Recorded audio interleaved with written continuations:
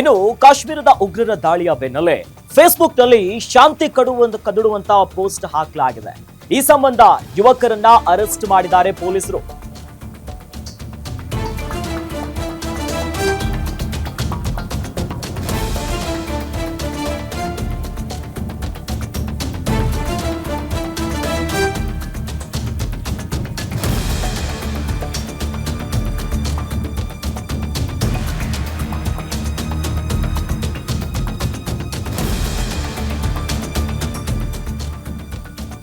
ಇನ್ನು ಫೇಸ್ಬುಕ್ ನಲ್ಲಿ ದಾಳಿಗೆ ಸಂಬಂಧಪಟ್ಟಂತೆ ಅಮಿತ್ ಗೋವಿಂದ್ ಚೌಹಾಣ್ ಎಂಬ ಯುವಕನಿಂದ ವಿವಾದಿತ ಪೋಸ್ಟ್ ಅನ್ನ ಹಾಕಲಾಗಿತ್ತು. ಮುಸ್ಲಿಂ ಸಮುದಾಯಕ್ಕೆ ಕೆಟ್ಟದಾಗಿ ಬೈದು ಪೋಸ್ಟ್ ಹಾಕಿರುವ ವಿಚಾರವಾಗಿ ಈ ಯುವಕ ಹಾಕಿದ್ದ. ಜೊಯ್ಡಾ ತಾಲೂಕಿನ ರಾಮನಗರ ಮೂಲದ ಆರೋಪಿ ಅಮಿತ್ ಸದ್ಯ ದಾಂಡೇಲಿ ಗ್ರಾಮೀಣ ಠಾಣೆಯಲ್ಲಿ ಶುಕ್ರವಾರ ದೂರು ದಾಖಲಾಗಿದೆ. ಹನೀಸ್ ಹುಲಗಾರ್ ಎಂಬ ಹೆಸರಿನ ಖಾತೆಯಿಂದಲೂ ಕೂಡ ಪ್ರಚೋದಿತ ಪೋಸ್ಟ್ ವಿವಾದವನ್ನ ಸೃಷ್ಟಿ ಮಾಡುವಂತದ್ದು, ಶಾಂತಿಯನ್ನ ಕದಡುವಂತ ಪೋಸ್ಟ್ ಹಾಕಿದ್ರು.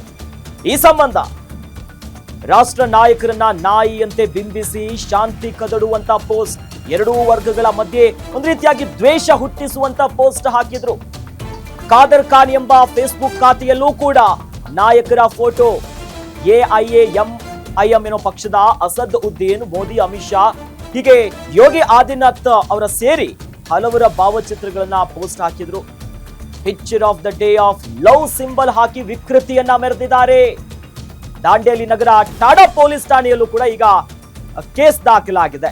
ಈ ಸಂಬಂಧ ಈ ರೀತಿಯಾಗಿ ಫೇಸ್ಬುಕ್ ನಲ್ಲಿ ದಾಳಿಗೆ ಸಂಬಂಧಪಟ್ಟಂತೆ ಆರೋಪಿ ಅಮಿತ್ ಎನ್ನುವಾತ ಮುಸ್ಲಿಂ ಸಮುದಾಯಕ್ಕೆ ಕೆಟ್ಟದಾಗಿ ಬೈದು ಪೋಸ್ಟ್ ಹಾಕಿದ್ದಾನೆ. ದೃಶ್ಯದಲ್ಲಿ ಗಮನಿಸ್ತಾ ಇದೀವಿ, ಈತನೇ ನೋಡಿ ಅಮಿತ್ ಎನ್ನುವಾತ. ಸದ್ಯ ದಾಂಡೇಲಿ ಪೊಲೀಸರು ಆತನ ಮೇಲೆ ಕೇಸ್ ದಾಖಲು ಮಾಡಿಕೊಂಡಿದ್ದಾರೆ. ಶಾಂತಿ ಕದಡುವಂತ ಕೆಲಸ ಮಾಡಿದ್ದಾನೆ. ವಿಕೃತ ಮನೋಭಾವವನ್ನ ತೋರಿಸಿ ಪ್ರಚೋದಿತ ಪೋಸ್ಟ್ ಅನ್ನ ಹಾಕಿದ್ದಾನೆ. ಅನೀಸ್ ಹುಲ್ಗಾರ್ ಖಾತೆಯಿಂದಲೂ ಕೂಡ ರಾಷ್ಟ್ರ ನಾಯಕರನ್ನ ಕೆಟ್ಟದಾಗಿ ಬಿಂಬಿಸಿದ್ದಾನೆ. ಇಂಥ ಹೊತ್ತಿನಲ್ಲಿ ಎರಡು ವರ್ಗಗಳ ಮಧ್ಯೆ ಒಂದು ದ್ವೇಷ ಹುಟ್ಟಿಸುವಂತ ಪೋಸ್ಟ್, ಬೇರೆ ಬೇರೆ ಹೆಸರನ್ನ ಬಳಸಿಕೊಂಡು ಪ್ರಚೋದನಾತ್ಮಕವಾಗಿ ದ್ವೇಷದ ಬೆಂಕಿ ಇನ್ನಷ್ಟು ಕಿಚ್ಚು ಹತ್ತುವಂತ ರೀತಿಯಲ್ಲಿ ಫೇಸ್ಬುಕ್ ನಲ್ಲಿ ಈತನೇ ಅಮಿತ್ ಎನ್ನುವಾತ ಪೋಸ್ಟ್ ಅನ್ನ ಮಾಡಿದ್ದಾನೆ. ಅದಾದ ಮೇಲೆ ವಿಚಾರ ಗೊತ್ತಾಗ್ತಿದ್ದಂತೆ ದಾಂಡೇಲಿ ನಗರ ಠಾಣಾ ಪೊಲೀಸರು ಪ್ರಕರಣವನ್ನ ದಾಖಲಿಸಿಕೊಂಡು ಆತನಿಗೆ ಬಿಸಿ ಮುಟ್ಟಿಸುವಂತ ಕೆಲಸ ಮಾಡಿದ್ದಾನೆ. Picture of the day love symbol ಅನ್ನುವಂತ ಹಾಕಿ ವಿಕೃತಿ ಮೆರೆದಿರೋದು ಈತ.